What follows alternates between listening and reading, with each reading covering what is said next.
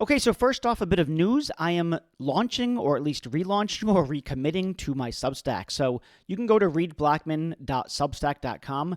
I'm going to be posting a lot of material on there. Some of that will be these sort of deep ethical dives on various kinds of ethical issues that they pertain to technology. Some of it will be guidance, advice for business leaders or responsible AI leaders or AI ethics leaders in their organizations. And some of it will be sort of educational. Here's some key concepts, key ideas, key things to know about AI ethics or technology ethics more generally. So go to readblackman.substack.com. Please sign up, and you'll get notifications when I post some new things. Some of it will be public. I will put some of it behind a subscriber paywall, but it will be a good deal, I promise. Okay, let's talk about today's episode. Today's episode is called Businesses Are Afraid to Say Ethics, and it sort of articulates what I've seen go on since I got into the AI ethics space about 6.5 years ago when I left academia, left being a professor for 10 years, and started this AI ethics consultancy where I work with mostly larger organizations on how to incorporate AI ethical risk management into how they do business, how they develop AI, how they deploy AI. So that's what I'm going to talk about today. This piece is available at readblackman.substack.com. I'm going to read it to you today. If you don't want to hear me read an essay, you can go read it yourself, or you can just keep listening. And that's it. Okay, as you've surely figured out by now, I'm the host of this podcast, Reed Blackman. And if you have any questions about it, you have any questions about the Substack, you have any suggestions about what you'd like to hear me write about, or talk about, or who I should interview, who I should talk to on this podcast, please reach out to me at em@reedblackman.com. Okay, let's get to hear, I guess let's go hear more of me.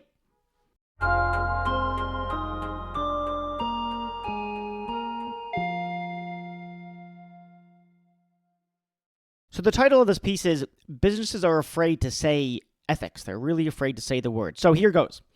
After 20 years in academia, 10 of which were spent as a professor of philosophy, researching, teaching, and publishing on ethics, I attended my first non-academic conference in 2018. It was sponsored by a Fortune 50 financial services company, and the topic was sustainability. Having taught courses on environmental ethics, I thought it would be interesting to see how corporations think about their responsibilities vis-a-vis their environmental impacts. But to my surprise and puzzlement, no one talked about the environment. Instead, I found presentations on educating women around the globe, lifting people out of poverty, and contributing to the mental and physical health of all. The topic of this conference isn't sustainability, I thought. It's ethics. Why in the world are they using the word sustainability? It took me an embarrassingly long time to figure out that sustainability in the corporate and nonprofit world doesn't mean practices that don't destroy the environment for future generations, as I'd supposed. Instead, it means practices in pursuit of ethical goals combined with the empirical claim that those practices promote the bottom line. As for why businesses couldn't simply say, ethics is good for the bottom line, I couldn't understand. This behavior of refraining from using the word ethics and replacing it with some other term repeats itself throughout the business world. And my contention is that this is bad for business and bad for society at large. Our world, corporate and otherwise, is confronted with a growing mountain of ethical problems spurred on by technologies that bring us fresh new ways of realizing our familiar ethical nightmares. These issues don't disappear via semantic legerdemain. We need to name our problems accurately if we're to address them effectively. Next section. Tell me you care about ethics without telling me you care about ethics. At that conference, I also learned about investing in companies that align with environmental, social, and governance criteria, or ESG investing, once called impact investing. The goal of ESG is to financially support companies that pursue ESG goals, which are remarkably similar to sustainability goals. ESG, I learned, actually means investment practices in pursuit of avoiding ethical risks, which are a subset of sustainability goals, combined with the empirical claim that those practices protect the bottom line. Finding ethics in semantic dark corners of corporations doesn't end here. It's as though someone issued a challenge years ago to businesses around the world. Tell me you're committed to ethics without telling me you're committed to ethics. In the world of product design, I ran into human-centric design. This is good, I thought. The aardvarks have had their day. Never mind the fact that different humans have different goals, including unethical ones, and we need to choose which humans to serve. Never mind also how utterly bizarre it is to talk about humans instead of people, as though product designers are members of an alien race intent on creating delightful UX for their newfound pets. On the actual and virtual walls of corporations, I found a commitment to, quote, values and being a value-driven company, also a purpose-driven company, also a mission-driven company. Never mind that the values often have nothing to do with ethics. Customer-obsessed and innovation aren't ethical values, they're economic values that employers want employees to internalize because that sort of thing drives the bottom line. Also pay no attention to the fact that a purpose or mission can be completely amoral, putting immoral to the side. At Facebook, quote, our mission is to give people the power to build community and bring the world closer together. People use Facebook to stay connected with friends and family, to discover what's going on in the world, and to share and express what matters to them, end quote.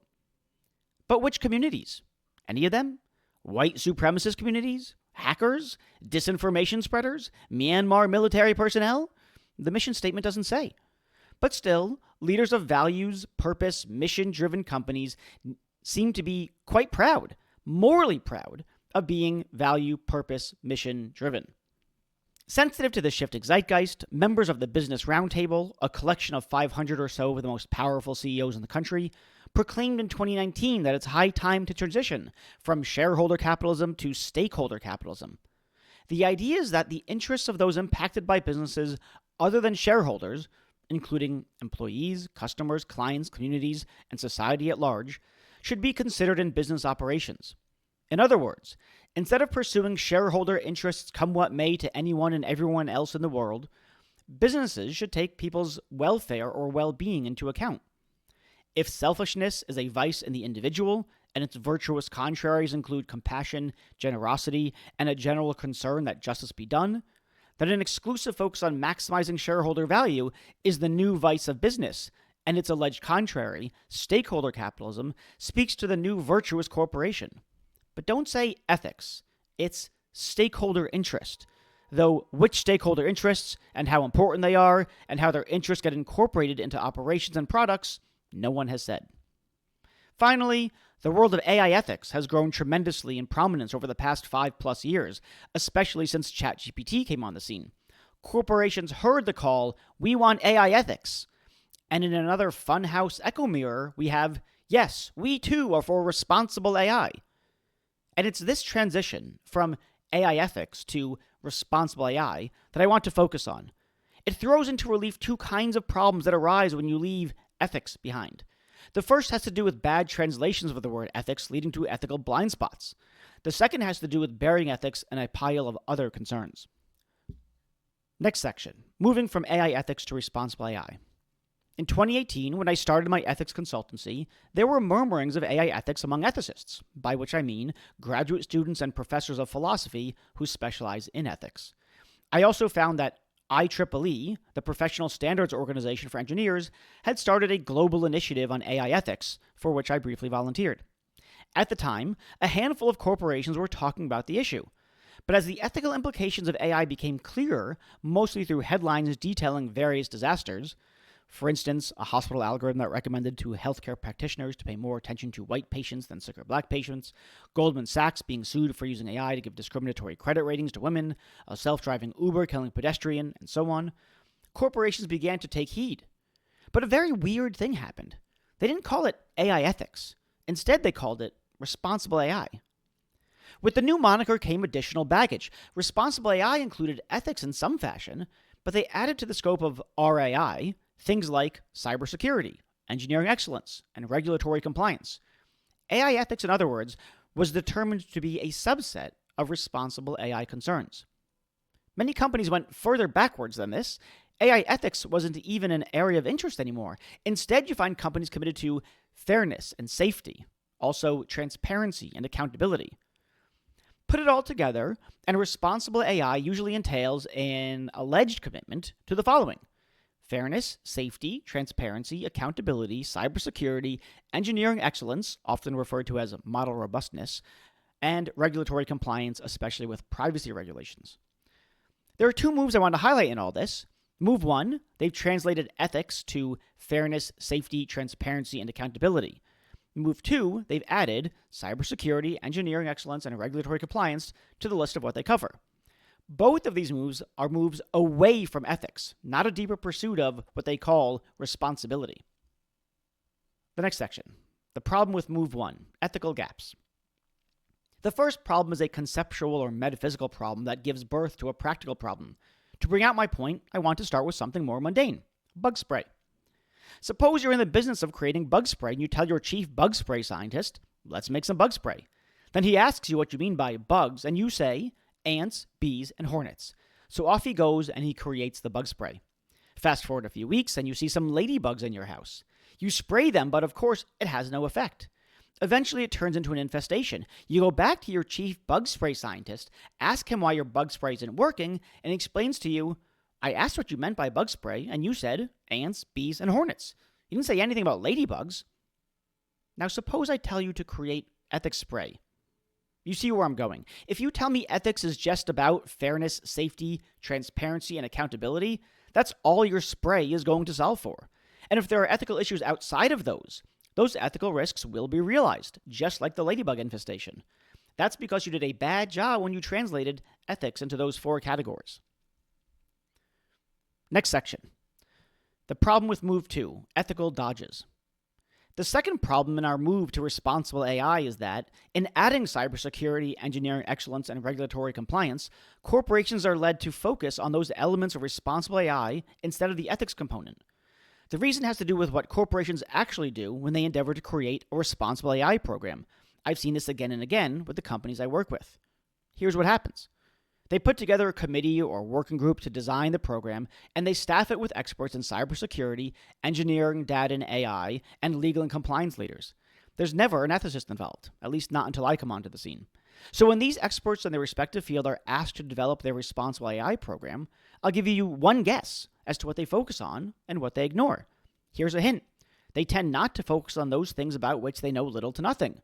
That's not to blame them. When I work with clients, I don't focus on what I don't know either. At any rate, fast forward months into the design of the responsible AI program, and they think it looks great. But that's because they don't see the ethical gaps. They were focused on cybersecurity, engineering excellence, and regulatory compliance. And so once again, the move to responsible AI leads to, intentionally or not, dodging the ethical issues.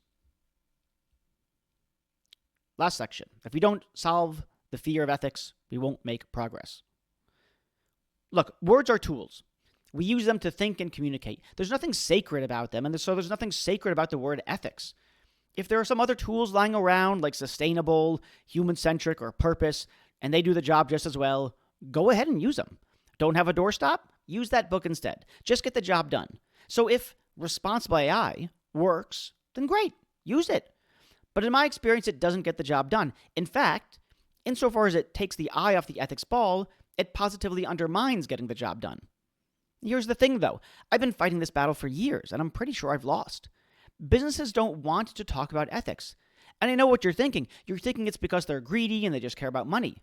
But as much as this is certainly part of the story, and I love an evil enemy just as much as the next person, that's not what I see. What I mostly see is non-culpable ignorance for how to think about ethics in a business context, combined with the fear of trying to understand a new space. But if ethical progress is going to be made, the fear has to be left behind so that ethics can be taken seriously. Okay, that's the end of the piece. I hope you liked it. If you do like it and you want more in the same vein, I have 2 Harvard Business Review articles that you might find interesting. The first is a critique of the move from AI ethics to fairness in AI. It's probably one of my best HBR pieces. There's a link to it in the Substack piece of this article. So if you go to readblackman.substack.com, you click on this article, you scroll to the bottom, you'll find the link to that HBR piece. And there's another Harvard Business Review piece in which I first presented these kinds of thoughts. That's in an article called How to Avoid the Ethical Nightmares of Emerging Technology. Once again, go to my Substack, scroll to the bottom of this article, and you'll find the link to that episode. That's all I got. If you like this episode, of course, please share it with people. And if you want more, go to readblackman.substack.com. All right, thanks so much for listening. Thanks so much, everyone, for listening. And now let me thank the people who have made this podcast possible. So, first of all, we have Delano Alexander. He's been with me since day one. He showed me even how to start recording a podcast in the first place. He does editing stuff. He's been fantastic, and he does really everything I ask him to and more. I've never met anyone else who just says so much. Yeah, I don't know how to do that, but I'll figure it out. What more could you ask for in a producer? Next up, Jennifer Strong, my podcast guru. I don't know what else to call her. She just has advised me on how to design a podcast, how to grow it, and she's responsible for, if you like, this kind of season 2 relaunch and everything around it. So thank you to you, Jennifer. Next up, Meg Marco, responsible for all the excellent artwork. Before I did the artwork, I didn't really know what I was doing. We put it together. It worked well enough, but I think Meg really did a phenomenal job bringing everything together. Garrett Lang, sound engineer that I frankly don't deserve. He's just too good for this podcast. Don't tell him I said that, though. Next up, Benjamin Koltgen. He is a professor of philosophy who has helped me source guests, identify who's interesting, who has things to say, etc., etc. So without him, I wouldn't have anyone to talk to. And then finally, Ashley Wasylenko, who helps with all manner of administrative things, making sure that the podcast guests find their way to the podcast, can schedule the recording, get their bios and headshots, and really just keeping the show on the rails and me organized. Thanks to all of you. Really appreciate all your hard work.